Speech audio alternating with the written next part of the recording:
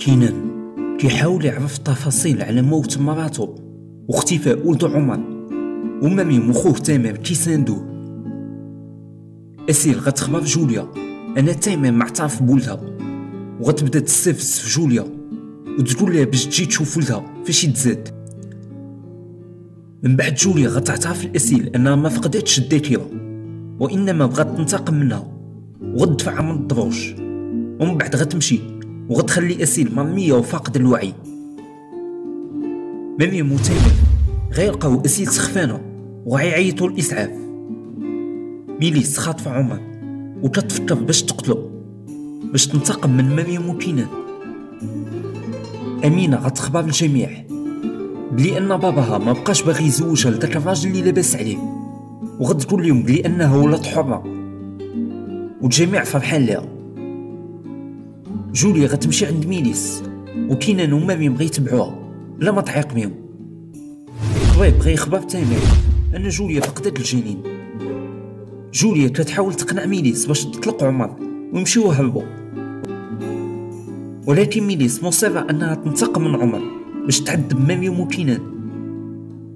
أسيل كتبكي لأنها كانت كتمنى يكون ولدها وريث الفيلا تاع تامر، وكانت غتكون مليونير هذيك الساعة، ولكن دابا خسرت كلشي حيت فقدت الجنين. ميليس غتهرب، وجوليا غتخرج عمر وغيتعانق مع كينان ويدوزوا اوقات زوينه. ميليس وجوليا غتقبض عليهم الشرطه باش يتعاقبوا، وكينان غيبقى يستفز فيهم ويقول لهم بلي عمرهم ما يخرجوا من الحبس. كينان غيكون ناعس حدا عمر غيقول لكينان انه ديما كان باغي يكون الاب ديالو، ودابا فرح بزاف ملي عرفوا انه الاب ديالو الحقيقي. وكينان غيوعدوا انهم ديما غيبقاو مجموعين. سمية غتجري على أسين من الفيلا.